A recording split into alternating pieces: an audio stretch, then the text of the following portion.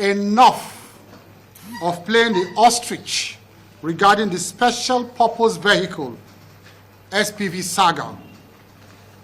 And we have said that we strongly demand the immediate arrests and or invitation. If you are not arresting, you are inviting, interrogation, and possible prosecution of Alhaji Atiko Abubakar.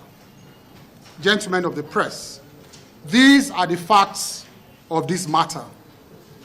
For about a week now, Nigerians have been in deep shock over the grave revelations by a whistleblower, Mr. Michael Achimugu, who has provided the nation with iron-cast evidence of letters of appointment by Alhaji Atiko Abubakar, emails, documents, audio clips, sworn affidavits, and his direct oral evidence as to how Alhaji Atiko Abubakar, who happens to be the presidential candidate of the People's Democratic Party, during his tenure as Vice President of Nigeria between 1999 and 2007, colluded with his then boss, President Olusegun Obasanjo, to fleece the country and steal public funds using what he termed the Special Purpose Vehicle, SPVs. Those SPVs were companies Atiko admittedly registered upon assumption of office as Vice President with the approval of President Olusegun Obasanjo, using trusted allies as shareholders and directors. The purpose was to divert government contracts to these companies as consultants, and then paid monies into these companies and used those monies to fund the PDP and their private businesses and family activities. We can all vividly recall that during that tenure, both President Olusegun Obasanjo and Atiko Abubakar built the Bell University and American University respectively. Now, we know where those funds came from. They came from the SPVs. We hereby make available certified copies of the sworn affidavits, sworn to and released to the public by the whistleblower. We have made it available to you. And so you have a certified copy of those affidavits with you, giving graphic details of all that transpired, including attached documents. Gentlemen, let us also play to you the voice recording that he did of Alhaji Atiko Abubakar following those emails. Atiko then called him, and the phone number is there by which he called him, the time of the call, everything is provided for there. Let us play to you the voice recording of Alhaji Atiko Abubakar. Note that he provided the time of the call, the phone number and he used, and the emails immediately preceding the call. Gentlemen, it's just a 2 minutes audio. Listen to it. Between me and him. SPV, yes. That's what you tell them. You mean the special purpose, yes.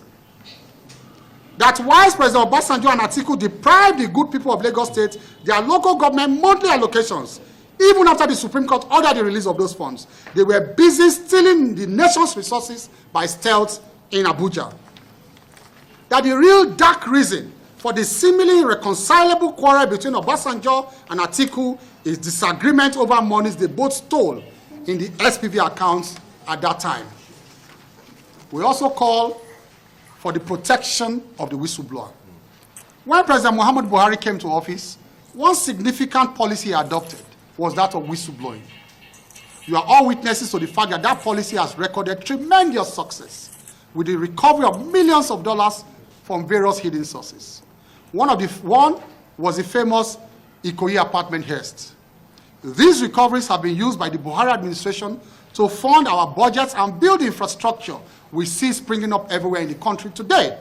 We also recall that recently the Federal Executive Council approved a bill to be forwarded to the National Assembly for legal backing to the policy and legal protection for the whistleblower. I made tremendous contribution that day when that bill came to the Federal Executive Council for it to be forwarded to the National Assembly.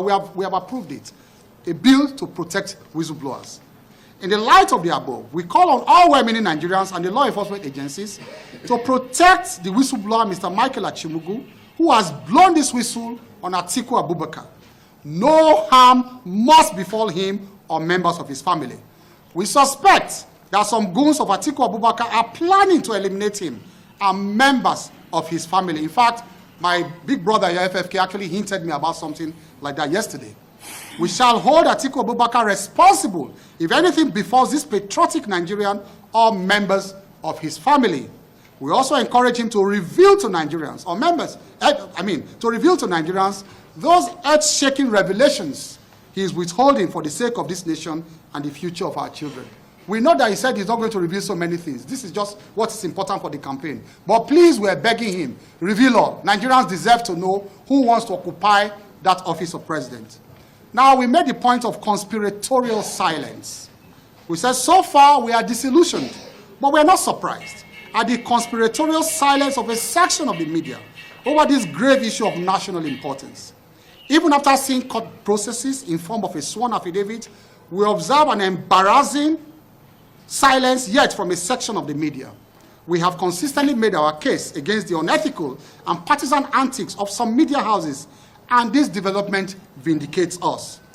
When it was the case of the spurious and dead case of drug dealing leveled against our candidate, Asiwaju Bola Ahmed Tinubu, this media platform threw caution to the winds and zealously feasted on it.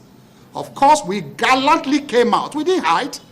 We came out and vigorously disproved all the tissues of lies against our candidate. All of us here, we were on air. We did not hide. Now you can see all of them hiding. Since this allegation, they were hiding under the table. All of them. Hiding, all of them. They can't face the cameras.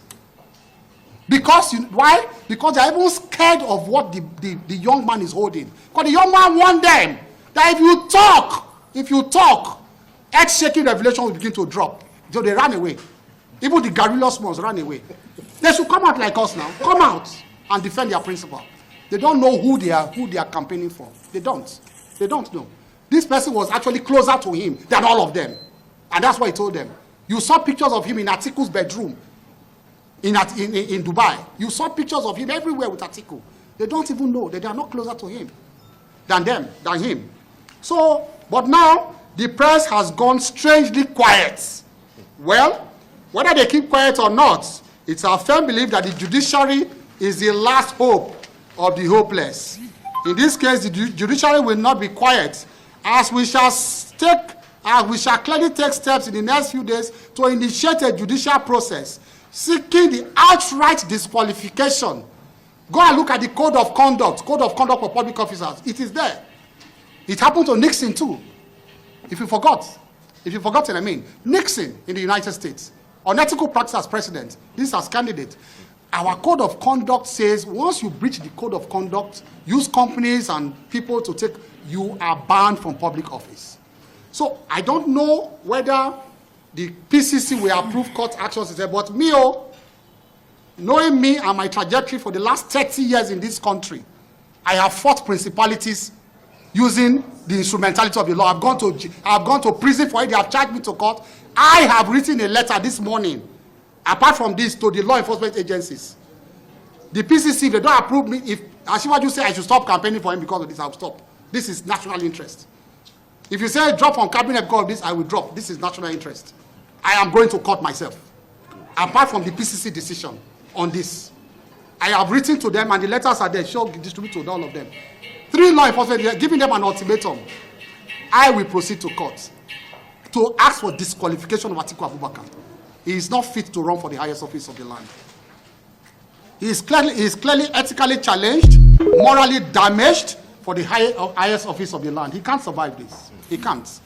We call on the 4th estate of the Rim to resist the temptation of partisan recruitment at this moment. You know partisan recruitment. They will go around with envelope now. Gentlemen, it is your treasury we are talking about. This is damaging. It is the nation we are talking about, not brown envelope. It's beyond brown envelope. This is highest criminality that they practice at the highest office, highest level at that time. So please, we call for you to resist the temptation of partisan recruitment at this moment, rise to a patriotic call this defining hour, and save the nation from this candidate that serially abused his office as Vice President of Nigeria. Thank you, and God bless you. Signed, all the media directorates.